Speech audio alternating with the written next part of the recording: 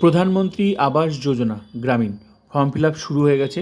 পাকা বাড়ির জন্য আবেদন শুরু হয়ে গেছে। কি করতে হবে তার জন্য, কি ডকুমেন্টস লাগবে, কোথায় যেতে হবে, কত টাকা দেবে সরকার, টু জেড, কারা টাকা পাবে কারা টাকা পাবে না, টু জেড এই ভিডিওতেই রয়েছে।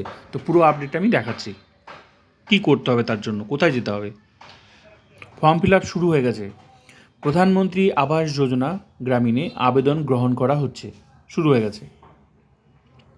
যেসব পরিবারের এখনও নিজস্ব ছাদযুক্ত পাকা বাড়ি নেই, তারা নির্ধারিত নিয়ম অনুযায়ী আবেদন করতে পারেন।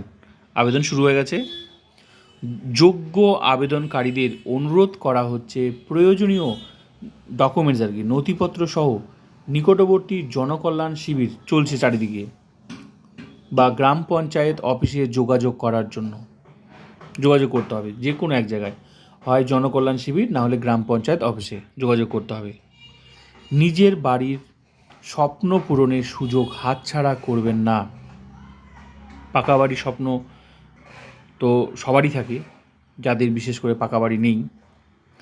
তো টাকা কত দেওয়া হবে? সমতল এলাকায় পরিবার পিছু 1,20,000 টাকা দেবে সমতল এলাকায়, আর পাহাড় এলাকায় 1,30,000 টাকা।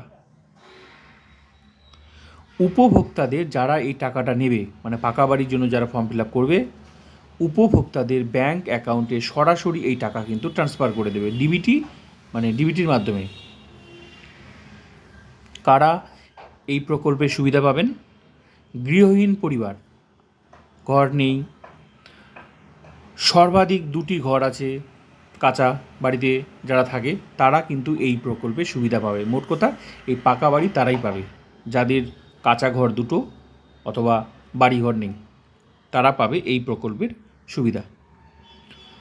আধার নাম্বার অবশ্যই লিঙ্ক করা থাকতে হবে। আধার নাম্বার ব্যাংকের সাথে, অবশ্যই আধার ডকুমেন্টস লাগবে। আধার সংযুক্ত একটি ব্যাংক অ্যাকাউন্ট বজায় রাখুন।